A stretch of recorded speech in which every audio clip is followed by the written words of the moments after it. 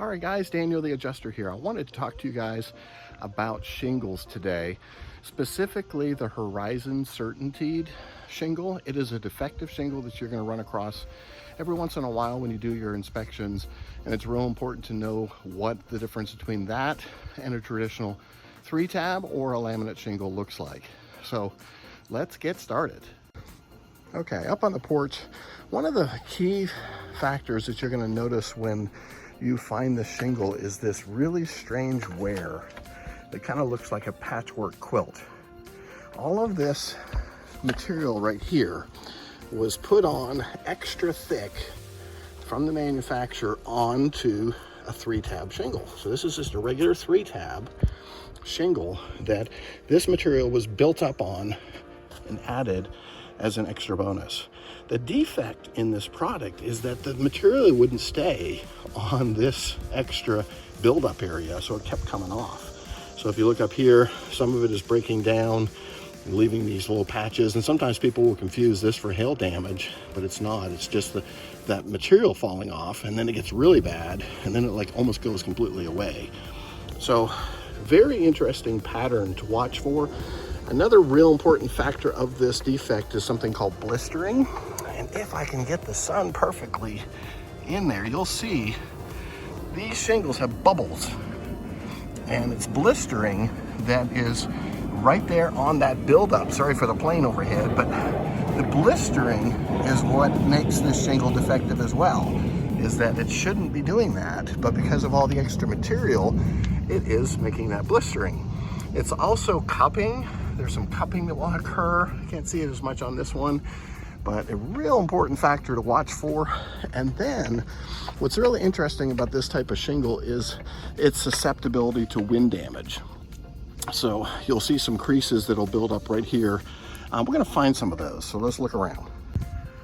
All right, so rooftop, that's a 1412 there. And this one here is a 1012. It's not too bad.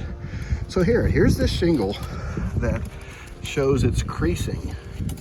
Look at that. It's just flopping in the wind, guys. Just flopping in the wind, and it loses all the granules right at the top. Let's go up here and take a look. Up top, another one. Telltale sign, you'll see that big black line that comes all the way across. All you gotta do is slight lift it. You'll see it's totally wasted as well. And one over here. Sorry, I'm huffing and puffing on a 1012. But here, another one. Just all you gotta do is lightly lift it, and you'll see that it is flopping in the wind. All right, over here, an easy one is some hail damage. This is called spatter, but it does do some damage on the right side shingle. This is the north face. You can actually mark that and make it very susceptible to hail damage. Those shingles, you can look really close and you'll see some granules are lost out of the center of that. So you can mark that as hail damage as well. One thing I wanted to bring up is this shingle is actually very resistant to hail damage.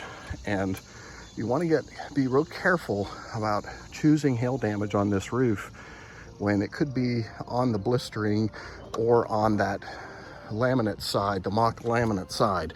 So here looks very similar to hail damage, but it's actually not. It's just some of the granules coming off. So what typically I do is I'll look for hail damage that occurs on or off that laminate. And here's a good one right there, guys. So just keep that in mind when you're looking on the shingle. But typically insurance companies are going to buy this roof for the wind damage because this is a defective shingle. All right, Daniel Adjuster finishing up an inspection on this CertainTeed Horizon defective shingle. So guys, watch the video, learn from it. And when you get out onto a roof and you see this damage, you know exactly what you're looking for. So watch my other videos, check me out, subscribe, like. Hey, grab my macros too, make you a better adjuster. Talk to you soon, bye-bye.